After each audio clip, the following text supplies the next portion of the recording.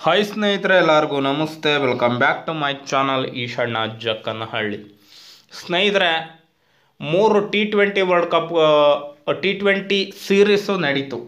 3 T20 series ಅನ್ನೋದಕ್ಕಿಂತ 3 T20 ಮ್ಯಾಚ್ನ ಒಂದು series ನಡೀತು. ಅದರಲ್ಲಿ ಭಾರತ ತಂಡ ಭರ್ಜರಿಯಾಗಿ ಗೆದ್ದಿದೆ. ಈಗ ODI ಸೀರೀಸ್ ನಡೀತಾ ಇದೆ ಶ್ರೀಲಂಕಾ ವಿರುದ್ಧ. ಸ್ನೇಹಿತರೆ ನೋಡಿ, ಇದು ನಡೀತಾ ಇರೋದು 3 ಮ್ಯಾಚ್ಗಳು ಕೂಡ ಕೊಲಂಬೋದಲ್ಲಿ ನಡೆಯುತ್ತೆ. ಕೊಲಂಬೋ ಪಿಚ್ಚು ಯಾವ ರೀತಿ ಇದೆ ಅಂತ ನೋಡೋದಾದರೆ, ಕೊಲಂಬೋ ಪಿಚ್ಚು ಬ್ಯಾಟಿಂಗ್ಗೆ ಯೋಗ್ಯವಾಗಿದೆ. ಅಂದರೆ ತೀರಾ ಬ್ಯಾಟಿಂಗು ಅಲ್ಲ, ಬೌಲಿಂಗು ಅಲ್ಲ, ಈ ರೀತಿಯಾಗೂ ಇದೆ. ಮತ್ತು ಇಲ್ಲಿ ಆವ್ರೇಜ್ ವಿನ್ನಿಂಗ್ ಸ್ಕೋರು ಎಷ್ಟಪ್ಪ ಅಂತಂದರೆ 240 ಇದೆ. 240 ಹೊಡೆದ್ರೆ ಗೆಲ್ಬೋದು ಅಂತ ಅಲ್ಲ, ಒಂದು 270 280 ಅಷ್ಟು ಹೊಡೆದ್ರೆ ಗೆಲುವಿನ ನಿರೀಕ್ಷೆಯನ್ನು ಇಟ್ಕೋಬೋದು ಅಂತ. ಇಲ್ಲಿ ಟಾಸ್ ಗೆದ್ದಂತಹ ತಂಡ ಬ್ಯಾಟಿಂಗ್ ಆಯ್ಕೆ ಮಾಡ್ಕೊಳ್ಳೋದು ತುಂಬ ಮುಖ್ಯ.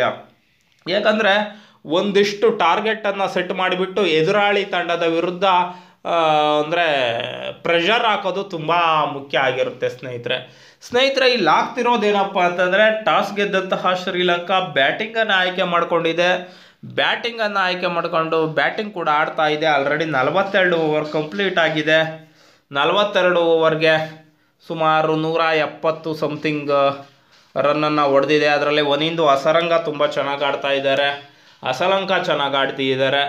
ಮತ್ತು ಈ ಒಂದು ಸ್ಕೋರು ಅಂತ ಹೇಳ್ಕೊಳ್ಳೋ ಅಂಥ ಸ್ಕೋರ್ ಏನಲ್ಲ, ಅದು ಭಾರತ ತಂಡದ ವಿರುದ್ಧ. ರೋಹಿತ್ ಶರ್ಮಾ ನಿಮ್ಮೆಲ್ಲರಿಗೂ ಗೊತ್ತು, ವಿರಾಟ್ ಕೊಹ್ಲಿ ಅಂತ ದಿಗ್ಗಜರಿದ್ದಾರೆ, KL ರಾಹುಲ್ ಅಂತವರಿದ್ದಾರೆ. ನಿಜಕ್ಕೂ ಕೂಡ 3 T20ಯಲ್ಲಿ 3 ಗೆದ್ದಂತಹ ಭಾರತ ತಂಡ ODIಯಲ್ಲೂ ಕೂಡ 3ಕ್ಕೆ 3 ಗೆಲ್ಲುವ ವಿಶ್ವಾಸದಲ್ಲಿದೆ. ಇನ್ನೂ ಒಂದು ವಿಷಯ ಏನಪ್ಪ ಅಂತಂದರೆ, ನಮ್ಮ ಕ್ಯಾಪ್ಟನ್ ಹಿಟ್ ಮ್ಯಾನ್ ಇದ್ದಾರಲ್ಲ, ಭರ್ಜರಿ ಫಾರ್ಮಲ್ಲಿದ್ದಾರೆ ರೀ. ಅದು T20ಯನ್ನು ಆಡಿ ಬಂದಿದ್ದು. ಅದು ಎಂಥ ಪಿಚ್ಚಲ್ಲಿ ಆಡಿ ಬಂದಿರೋದು ಹೇಳಿ? ಅದು ಆಡಿ ಬಂದಿರೋದು ಸೌತ್ ಆಫ್ರಿಕಾ ಅಲ್ಲ, ವೆಸ್ಟ್ ಇಂಡೀಸ್ ಮತ್ತು ಅಮೇರಿಕಾ ಪಿಚ್ಚು. ಆ ಪಿಚ್ಚುಗಳು ಹೊಸ್ದಾಗಿ ಮಾಡಿರುವಂಥ ಪಿಚ್ಚು. ಅಂಥ ಪಿಚ್ಚುಗಳಲ್ಲಿ ಆಡಿ ಬಂದ ಅನುಭವ ಇರುವಂತಹ ರೋಹಿತ್ ಶರ್ಮಾ ಇವತ್ತು ತುಂಬ ಚೆನ್ನಾಗಿ ಆಡ್ತಾರೆ ಅಂತ ನನ್ನ ಅನಿಸಿಕೆ ಇದೆ. ಮತ್ತು ವಿರಾಟ್ ಕೊಹ್ಲಿ ಅವರು ಕೂಡ ಅಷ್ಟೇ. ವಿರಾಟ್ ಕೊಹ್ಲಿ ಅವರು T20 ವರ್ಲ್ಡ್ ಕಪ್ಪಲ್ಲಿ ಯಾವ ಮ್ಯಾಚನ್ನು ಚೆನ್ನಾಗಿ ಆಡಿರಲಿಲ್ಲ. ಕೊನೆ ಮ್ಯಾಚ್ ಮಾತ್ರ ಸೂಪರಾಗಿ ಆಡಿದ್ರು. ಅದಾದಮೇಲೆ 1-2 ಮ್ಯಾಚು 30 40 ಹಿಂಗೆ ಹೊಡೆದಿದ್ರು. ಆದರೆ ಇವತ್ತು ಚೆನ್ನಾಗಿ ಆಡ್ತಾರೆ ಅನ್ನೋ ನಂಬಿಕೆ ಇದೆ. T20 ಮ್ಯಾಚಲ್ಲಿ ನಾನು ವಿರಾಟ್ ಕೊಹ್ಲಿ ಮತ್ತು ರೋಹಿತ್ ಅವ್ರನ್ನ ನೋಡಲಿಲ್ಲ. ಯಾಕಪ್ಪ ಅಂದರೆ ಅವ್ರು ಈಗಾಗಲೇ ರಿಸೈನ್ ಕೊಟ್ಟಿದ್ದಾರಲ್ವಾ. ಮತ್ತು ಬ್ಯಾಟಿಂಗ್ ಆ ಥರ ಆದರೆ, ಬೌಲಿಂಗ್ ನಮ್ಮ ಕಡೆ ನೋಡೋದಾದರೆ ಸ್ನೇಹಿತರೆ ಶಿವಮ್ ದುಬೆ ಬ್ಯಾಟಿಂಗ್ ಬೌಲಿಂಗ್ ಎಲ್ಲ ಮಾಡ್ತಾರೆ.